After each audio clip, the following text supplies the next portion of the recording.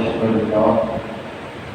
لله رب العالمين والصلاة والسلام على سيد الأنبياء وأشرف المرسلين وعلى آله الطيبين الطاهرين وأصحابه الراشدين المهديين وعلى محبيه وتابعيه بإحسان إلى يوم الدين وأشهد أن لا إله إلا الله وحده لا شريك له وأشهد أن سيدنا ونبينا ومولانا محمدا عبده ورسوله ثم بعد فأعوذ بالله من الشيطان الرجيم بسم الله الرحمن الرحيم وأتموا الحج والعمرة لله وقال تعالى ولله على الناس حج البيت من استطاع إليه سبيلا وقال سبحانه وتعالى وأذن في الناس بالحج يأتوك رجالا وعلى كل ضامر يأتين من كل فج عميق صدق الله العظيم وبلغنا رسوله النبي الأمين الكريم ونحن على ذلك من الشاهدين والشاهدين والحمد لله رب العالمين.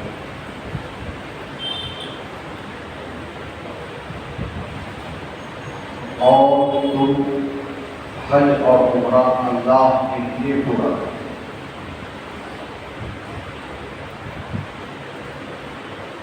اور لوگوں پر اللہ کے لیے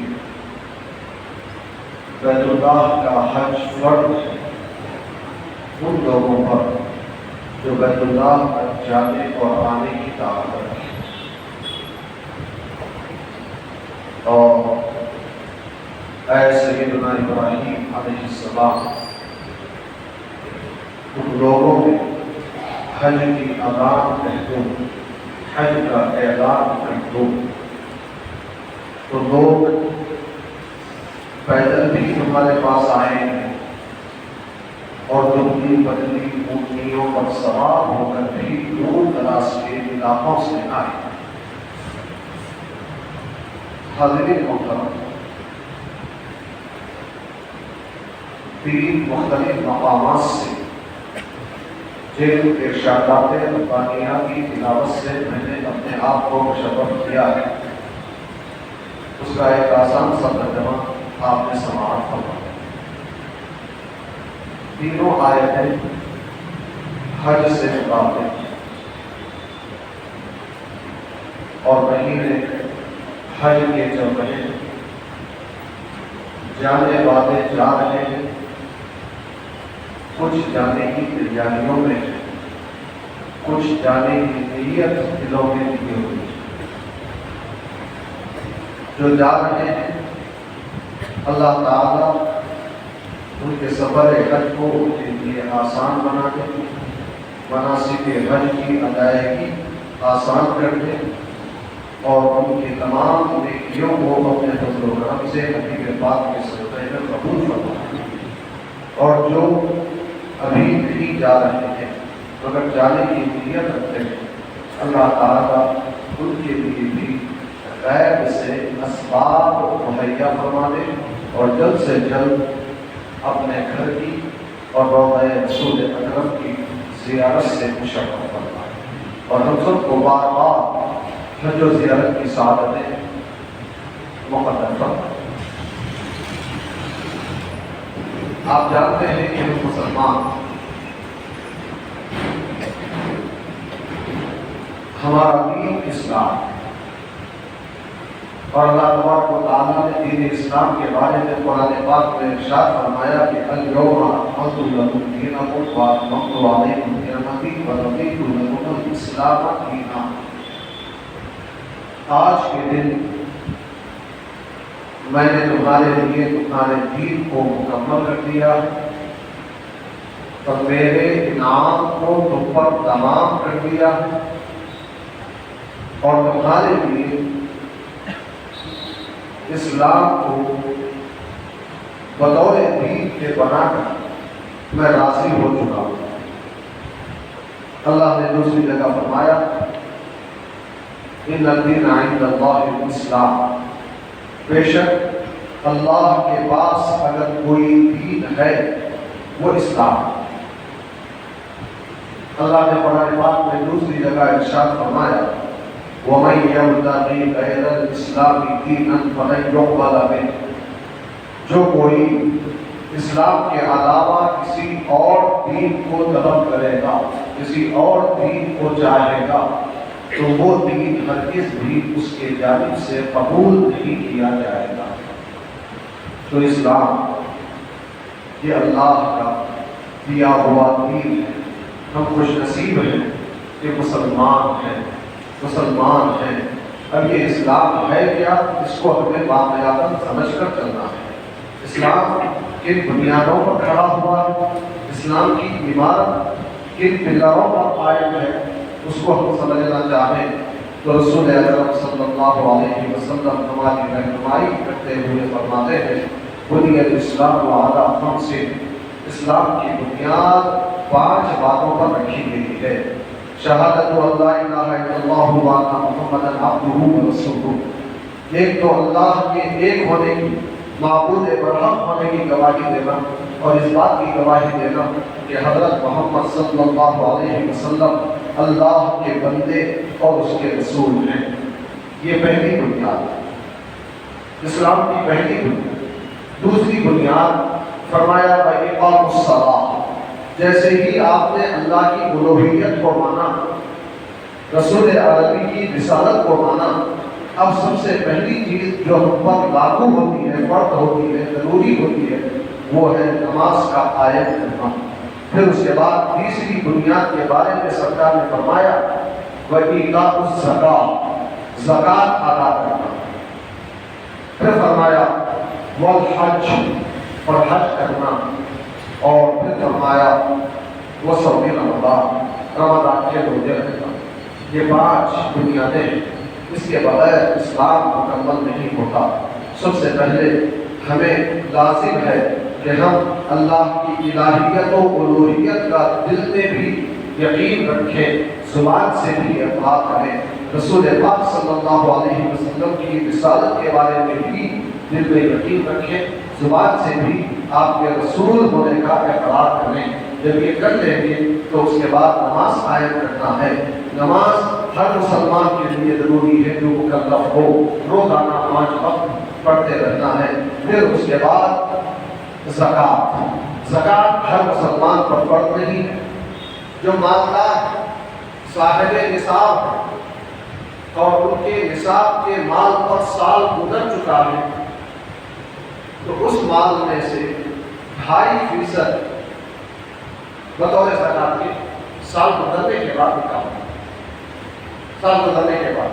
تو زکوٰۃ صرف مالداروں کا فرض ہے۔ نماز ہر مسلمان پر جو بالغ ہے فرض۔ نماز اور زکوٰۃ کے بعد والحج، بیت اللہ کا حج۔ بیت اللہ کا حج کس پر؟ تو اللہ تعالیٰ نے 4 پارے کی پہلے رکوع میں ارشاد فرمایا وَلِلَّهِ عَلَى النَّاسِ حِجُّ الْبَيْتِ مَنِ اسْتَطَاعَ إِلَيْهِ سَبِيلًا، اور اللہ کے لیے لوگوں پر بیت اللہ کا حج فرض ہے۔ کون سے لوگوں پر؟ فرمایا مَنِ اسْتَطَاعَ إِلَيْهِ سَبِيلًا، جو بیت اللہ کو جانے اور آنے کی طاقت رکھے، جو بیت اللہ کو جانے اور آنے کی طاقت رکھے، ان پر فرض ہے۔ اور پھر 5ویں جو بنیاد ہے وہ رمضان کے روزے ہیں۔ رمضان کے روزے سال بھر میں 1 مہینے کے روزے، یہ اسلام کی بنیادیں ہیں۔ ان بنیادوں کو جتنا ہم مضبوط کریں گے اتنا ہی ہمارا اسلام مضبوط ہوگا۔ ہمارا اسلام ہمارے اپنے طور پر ہم مسلمان مکمل ہوں گے۔ تو اس کے لیے ضروری ہے کہ ان بنیادی باتوں کو ذہن میں رکھیں، اس پر عمل کرتے رہیں خصوصیت کے ساتھ۔ آج میں نے حج کے عنوان کو منتخب اس لیے بھی فرمایا ہے کہ رب تبارک و تعالیٰ نے اس کو ایک فریضہ اسلام قرار دیا، اسلام کی ایک بنیاد قرار دیا، اور قرآن پاک میں فرمایا وَأَتِمُّ الْحَجَّ وَالْعُمْرَةَ لِلَّهِ، کہ حج اور عمرے کو اللہ کے لیے پورا کرو، اللہ کے لیے، نام و نمود کے لیے نہ ہو، شہرت کے لیے نہ ہو، تجارت کی غرض سے نہ ہو، لوگوں سے ملاقاتوں کی غرض سے نہ ہو، صرف سیر و سیاحت کی غرض سے نہ ہو، تم حج کے لیے جاؤ تو صرف اور صرف اللہ کے لیے جاؤ، حج ادا کرو تو اللہ کو راضی کرنے کے لیے کرو، اور عمرہ ادا کرو تو یہ بھی اللہ کو راضی کرنے کے لیے کرو۔ اس لیے حدیث پاک میں آتا ہے کہ حج اور عمرہ، ایک حج اور ایک عمرہ دوسرے عمرے تک کے گناہوں کا کفارہ بن جاتے ہیں۔ اور حج کے بارے میں خصوصی طور پر رسول پاک صلی اللہ علیہ وسلم نے یہ ارشاد فرمایا کہ جو کوئی حج کرتا ہے اور اپنے حج میں گناہوں سے بچا رہتا ہے، کوئی گندی بات زبان سے نہیں نکالتا، کوئی غلط کام اپنے ہاتھ اور پیروں سے نہیں کرتا، اللہ تبارک و تعالیٰ اس کے حج کو ایسا قبول فرما لیتا ہے کہ وہ حج سے ایسے واپس آتا ہے جیسے ماں کے پیٹ سے آج ہی پیدا ہو، ماں کے پیٹ سے آج ہی پیدا ہو۔ یہ حج کب فرض کیا؟ سیدنا ابراہیم اور سیدنا اسماعیل علیہ السلام نے اللہ کے حکم سے بیت اللہ کی تعمیر فرمائی۔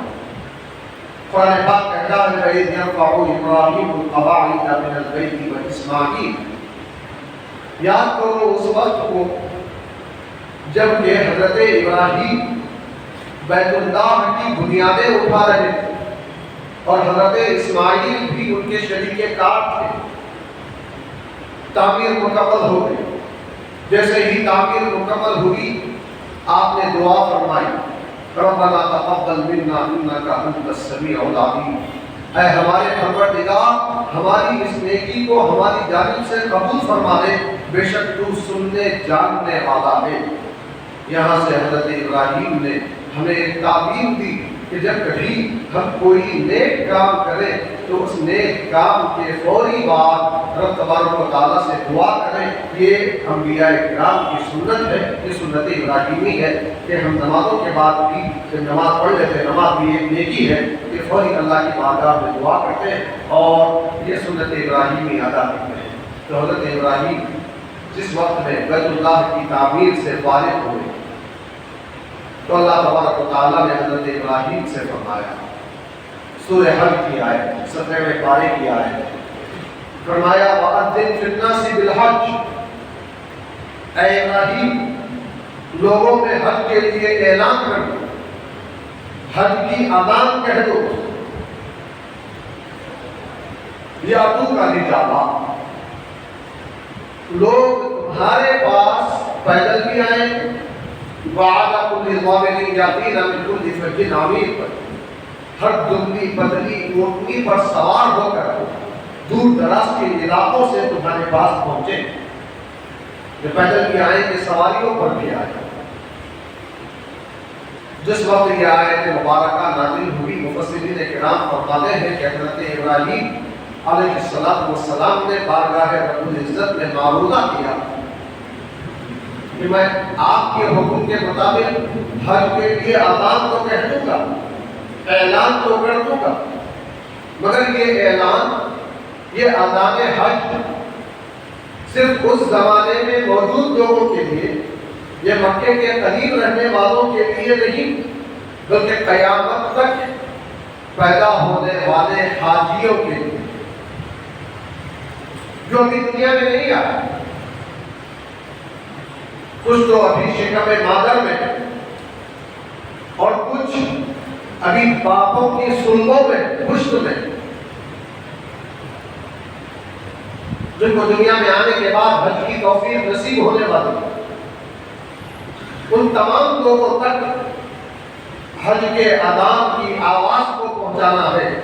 حضرت ابراہیم کے پاس کوئی ظاہری طور پر لاؤڈ اسپیکر نہیں ہے کہ آپ اپنی آواز کو تمام قیامت تک کے حاجیوں کے کانوں میں پہنچا دیں۔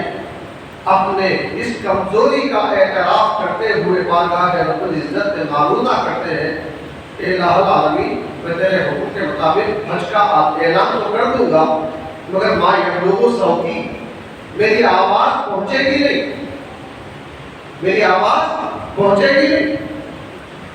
اللہ تعالیٰ نے اپنے کرم سے حضرت ابراہیم سے خطاب کرتے ہوئے فرمایا علیک الادان وعلینا البلاغ۔ حج کا اذان، حج کی اذان کہنا تمہاری ذمہ داری، آواز کا پہنچا دینا ہمارے ذمہ ہے۔ قیامت تک پیدا ہونے والے حاجیوں کے کانوں میں ہم تمہاری حج کی اذان کی آواز پہنچا دیں۔ اللہ کے حکم کے مطابق سیدنا ابراہیم علیہ السلام نے پہاڑ کے اوپر چڑھ کر حج کے لیے اذان کہی۔ الفاظ اذان کیا تھے وہ بھی حدیثوں میں آئے۔ حضرت ابراہیم نے اذان میں کہا یا ایھا الناس ان ربکم قد بنى لكم بیتا وكتب عليكم الحج فاجیبوا ربکم۔ اے لوگوں، بے شک تمہارے رب نے تمہارے لیے ایک گھر بنایا۔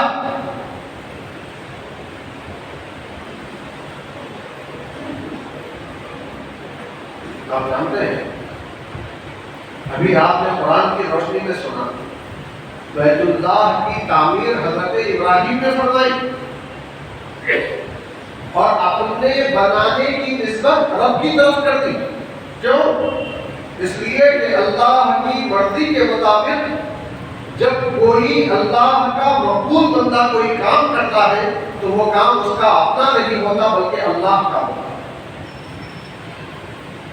قرآن کریم نے اس کی بے شمار مثالیں دی، تفصیلات میں لے جانا نہیں چاہتا۔ حضرت ابراہیم اذان حج میں یہ کہہ رہے ہیں کہ اے لوگوں، بے شک تمہارے رب نے تمہارے لیے ایک گھر بنایا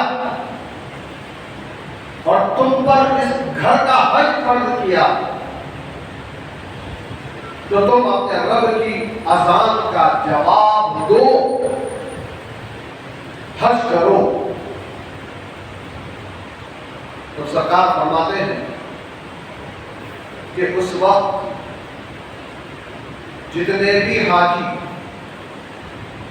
دنیا میں تھے جن کو حج کی توفیق ہونے والی تھی، انہوں نے وہیں سے کہا لبیک اللہم لبیک، ہم حاضر ہیں اے اللہ، حاضر ہیں۔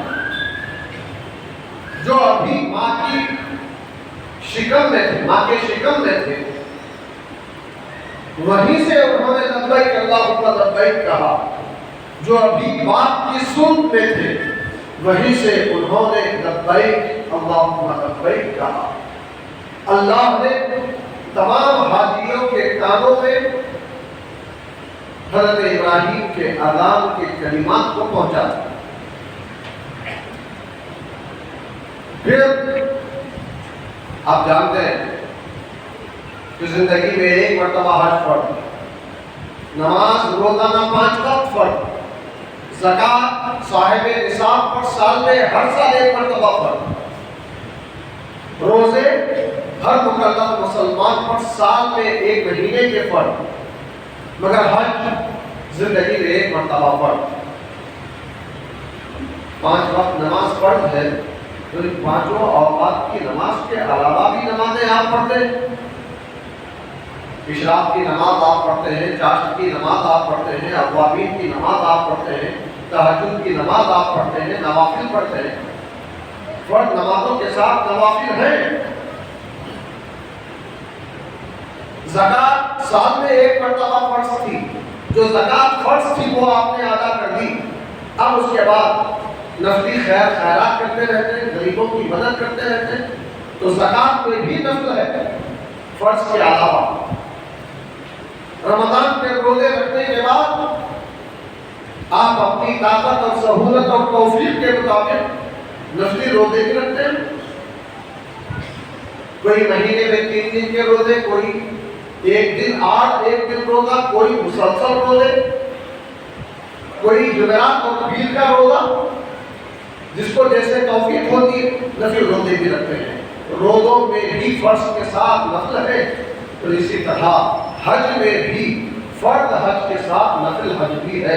رسول پاک صلی اللہ علیہ وسلم نے فرمایا الحج مرتبہ، ہر ایک مرتبہ فرض. فمن تطوع فمن زاد فتطوع او کما قال، فرمایا جو ایک سے زائد مرتبہ حج کرے گا وہ نفل ہو. نفل تو جو حضرت ابراہیم نے حج کے لیے آزاد کہی تو ماں کے پیٹ سے باپ کی سلب سے جنہوں نے لبیک اللہم لبیک کہا، ان میں سے کچھ وہ تھے جو صرف ایک مرتبہ لبیک بولے، کچھ وہ تھے جو 2 مرتبہ بولے، کسی کو 3 مرتبہ بولنے کی توفیق ہوئی، کوئی 4 مرتبہ، کوئی 10 مرتبہ. دنیا میں آنے کے بعد جتنے مرتبہ حج کی سعادت نصیب ہونے والی ہے اتنی مرتبہ انہوں نے وہیں سے لبیک کہا. ایک حج فرض اور ایک کے علاوہ جتنے زائد ہوئے وہ نفل.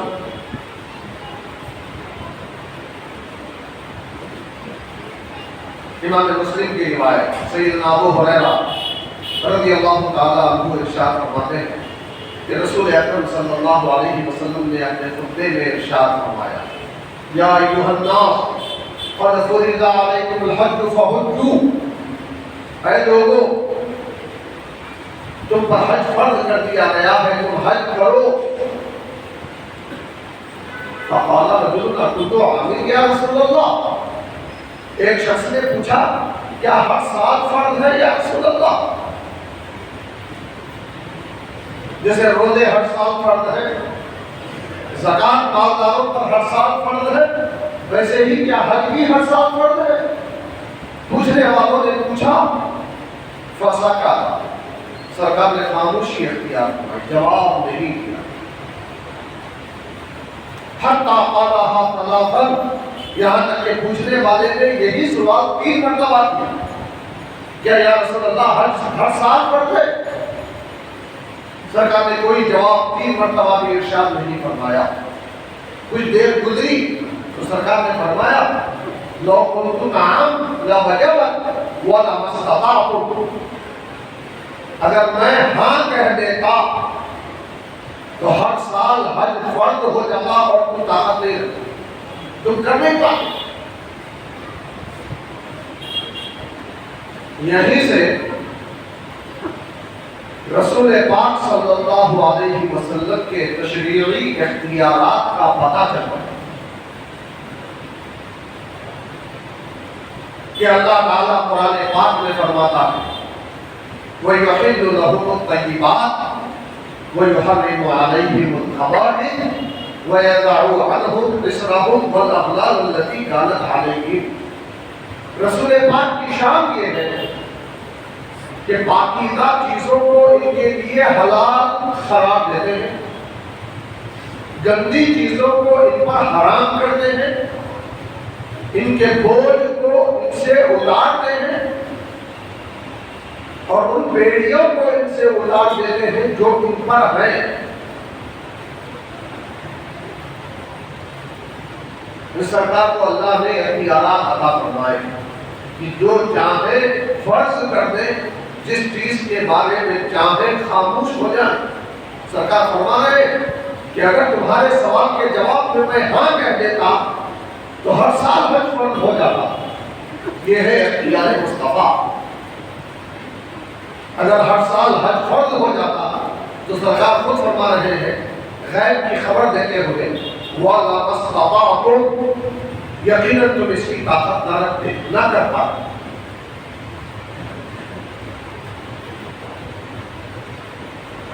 بہت سارے حاجی ایسے ہیں، مسلمان ایسے ہیں جو مالدار ہیں، بیت اللہ جانے آنے کی طاقت رکھتے ہیں، مگر اس کے باوجود ان کو حج کی توفیق نہیں ہوتی، ایک مرتبہ کی حج کی توفیق نہیں ہوتی. کوئی کاروبار کا بہانہ بناتا ہے، کوئی طبیعت کا بہانہ بناتا ہے، کوئی اپنے منصب و حکومت کا بہانہ بناتا ہے. کئی بادشاہ ایسے گزرے ہیں کہ بادشاہ ہونے کے باوجود اس سعادت سے محروم رہے، اسی ڈر سے کہ حج کو جا کے آنے تک کہیں کوئی اور ہمارے حکومت میں قبضہ نہ کر دے. یہ سب توفیق کی بات ہے. غریبوں کو موقع میسر آ جاتا ہے، مالدار اکثر محروم رہ جاتے ہیں، تو زندگی میں ایک مرتبہ فرض اس کو بھی ادا کرنے میں لوگ کوتاہی کرتے ہیں۔ اگر ہر سال حج فرض کر دیا جاتا تو سوچو کتنا مشکل ہو جاتی، کتنی پریشانی ہو جاتی۔ سرکار نے ہم پر رحم فرمایا، کرم فرمایا کہ سوال کرنے والوں کے سوال کے جواب میں خاموشی اختیار فرمائی اور فرمایا کہ اگر میں ہاں کہہ دیتا تو ہر سال کے لیے حج فرض ہو جاتا اور تم کر نہ پاتے۔ پھر اس کے بعد سرکار نے فرمایا ضروری ما ترکتم، جو چیز میں تمہارے لیے چھوڑ دوں تو خاموش ہو جاؤ، پھر پیچھے مت پڑو، سوالات مت کرو، جو میں کہہ دوں ٹھیک، نہ کہہ دوں خاموشی اختیار۔ کیوں؟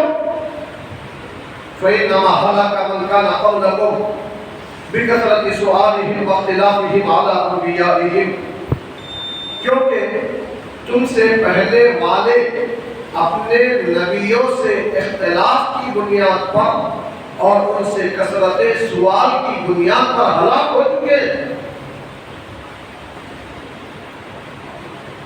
فَإِذَا أَمَرْتُكُمْ بِشَيْءٍ فَأْتُوا مِنْهُ مَا اسْتَطَعْتُمْ وَإِذَا نَهَيْتُكُمْ عَنْ شَيْءٍ فَدَعُوهُ۔